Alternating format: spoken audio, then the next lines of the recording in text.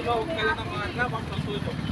ఎందుకంటే మీరు రోజు రెగ్యులర్గా యాక్సెస్ చేస్తుంటే చూడలేకపోతున్నాం, బాగా అనిపిస్తుంది.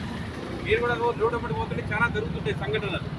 కాబట్టి ఆ దృష్టిలో పెట్టుకొని నేను చెప్పేది ఏంటంటే కొంచెం మనం ఎక్కేటప్పుడు జాగ్రత్త. ఇప్పుడు మీ గురించి మీరు జాగ్రత్త చూసుకోవాలి. మీ పిల్లలను ఆటోమేటిక్ పోయేటప్పుడు బ్యాగ్ చదువుతారు, అన్నం పెడతారు, బైక్ ఉంటే గాలిలో చూస్తారు, హెల్మెట్ ఉంటే హెల్మెట్ చూస్తారు. కానీ మన గురించి పట్టించుకునే వాళ్ళు ఎవరు ఉంటారు? అర్థమైందా? కాబట్టి మనం ఎక్కేటప్పుడు అడావిడి జాబ్ మీద, ఆ ప్రెషర్ మీద, ఇంకేమో మస్తు మనమేం గొప్ప వాళ్ళం కాదు, ఆర్థికంగా కూడా ఇబ్బందులు ఉంటాయి. అన్నిటి మీద రోడ్ ఎక్కుతాం.